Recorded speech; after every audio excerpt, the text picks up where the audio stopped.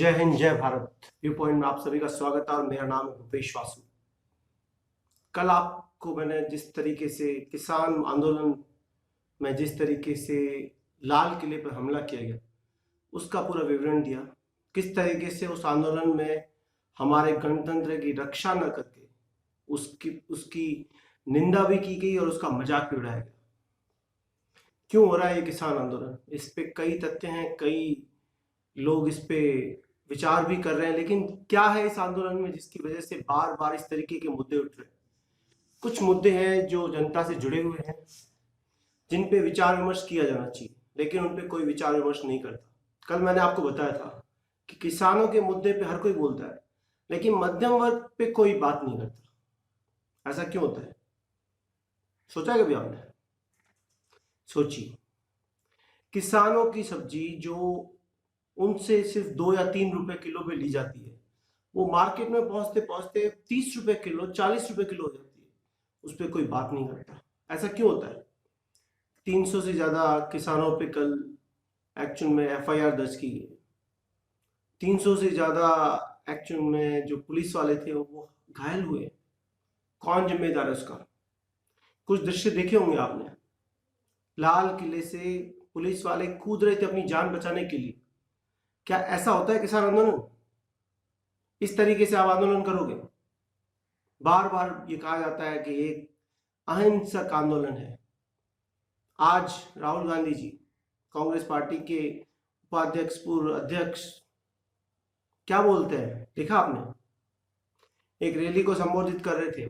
वो कह रहे थे कि ये किसान को अगर समझ में आ गया कि ये इस तरीके का हुआ है कि ये बिल जिस तरीके का उन्हें समझ में आ गया तो पूरा देश जल जाएगा। ये लोग आग को जला रहे हैं, देश को जलाने की बातें कर रहे हैं। क्यों? सत्ता के लिए। और आपको और हमको समझना पड़ेगा कि इन सत्ता के दलालों से, इन किसानों के दलालों से हमें बचना है। हमें वो निर्णय लेना है जो देश के लिए सही है। हमें वो बात करनी है जो देश के लिए सही है और जो तथ्यों पर है, न कि ऐसी बातों पर जिनका कोई भी किसी भी कानून में विवरण नहीं है। कृषि कानून में कुछ गलत है तो आप बताइए ना, क्या गलत है? मैंने बनाए हैं इस पे 2 वीडियो, आप देखिए। उस पे आपको उनके लिंक ऊपर डिस्क्रिप्शन में मिल जाएंगे। आप जाइए मेरे चैनल पे, आपको विवरण मिल जाएगा उसका। आप देखिए कि किसी कानून एक्चुअल में किसानों के भले के लिए बनाए गए, न कि उनके बुरे के लिए। 19,000 किसान मरते थे 2010 के अंदर। प्रति वर्ष 10,000 किसान आत्महत्या करते थे। कहां थे ये कांग्रेस वाले? कहां थे ये विपक्षी पार्टी वाले? वामपंथ ने जहां जहां इस तरीके के विद्रोह किए हैं, वहां पर सारी इंडस्ट्रीज खत्म हो गई हैं। वहां के किसान, बंगाल जो सबसे समृद्ध राज्य था, वहां के किसान आज पंजाब में जाके कृषि कार्य कर रहे हैं। क्यों कर रहे हैं? मजदूर क्यों बन रहे हैं? पूरे भारत में वो मजदूरी कर रहे हैं, टैक्सी चला रहे हैं। मुंबई की फिल्मों में देखा है ना आपने, बॉलीवुड में, कि टैक्सी चालक तो वो क्या बोलता है? हिंदी बोलता है, उसका मजाक उड़ाया जाता है। तब भी आपकी आंखें नहीं खुलती, तब भी आपको समझ में नहीं आता कि ऐसा क्यों हो रहा है। किसानों को उसकी फसल का दाम नहीं मिल रहा है तो इसके कारण बहुत से होंगे, लेकिन इन कृषि कानूनों से उनका हनन नहीं हो रहा है। आंखें खोलो, समझो। आपको समझना है, वो आपको भड़काएंगे। देखिए होंगे आपने दृश्य। सिख धर्म की प्रतिष्ठा, सिख धर्म तो हिंदू धर्म की रक्षा के लिए बनाया गया धर्म था एक समय पर। खालसा की स्थापना इसलिए की गई थी। महाराजा रणजीत सिंह की जो लड़ाई वाली फौज होती थी, उनका जो मुख्य प्रतीक होता था वो भगवान काली मां थी। कुमार कार्तिकेय थे युद्ध के जो सबसे बड़े राजा माने जाते हैं। सेनापति थे इंद्र के, देवताओं के सेनापति माने जाते हैं, वो उनके प्रेरक थे। और वो भुला दिया उन्होंने इतिहास को। नया इतिहास लिख रहे हैं सिखों का, हम खालिस्तान बनाए। अरे पूरा देश आपके लिए है, पूरा देश ही खालिस्तान है। हिंदुस्तान खालिस्तान ही है। 1946 1947 में जब आपको मार रहे थे तब उन्होंने ये नहीं देखा था कि वो हिंदू को मार रहे हैं या सिख को मार रहे हैं, उन्होंने दोनों को मारा था। आपकी आपकी आंखों पे जो ये पर्दा लगाया गया है, ये जो सिख फॉर जस्टिस, खालिस्तान बनाएंगे, अरे कहां खालिस्तान बनाओगे आप? सोचो, भारत ही है आपका खालिस्तान, इसको भी गवा दोगे आप लोग। कनाडा में बैठे हुए कुछ सिख मिलके आपको समझा रहे हैं, आपको बता रहे हैं कि खालिस्तान बनेगा, खालिस्तान बनेगा। पाकिस्तान के ऐसे ही आपको बता रहे खालिस्तान बनेगा। अरे उन्होंने तो आपकी हत्याएं की थी। आज अफगानिस्तान के सिखों को भाग के भारत में क्यों आना पड़ रहा है? आप सोचा है कभी आपने?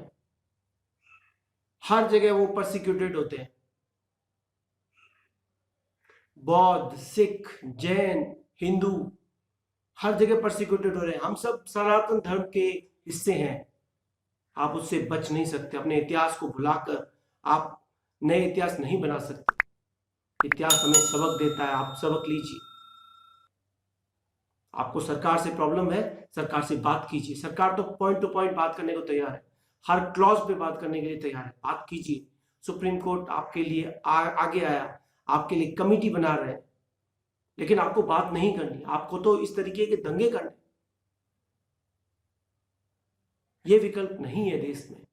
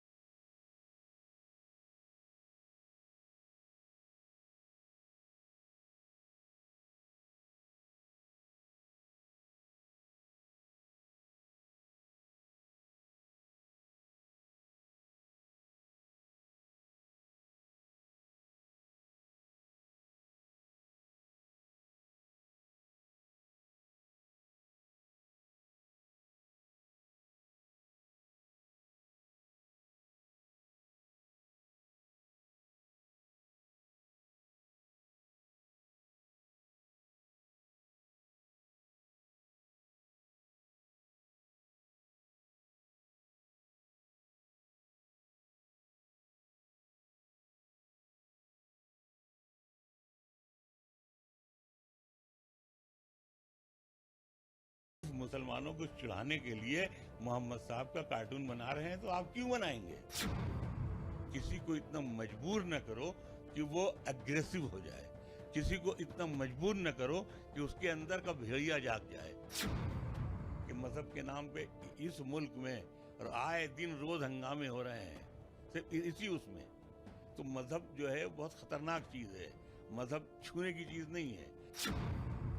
आप एक शख्स को अगर आप गालियां दे रहे हैं और वो पत्थर मार देता है, आपकी मौत हो जाती है, तो आप ये कहें था वो कातिल है, उसने पत्थर मार दिया है। तबरेज़ अंसारी हो या अखलाक हो या जो भी हो,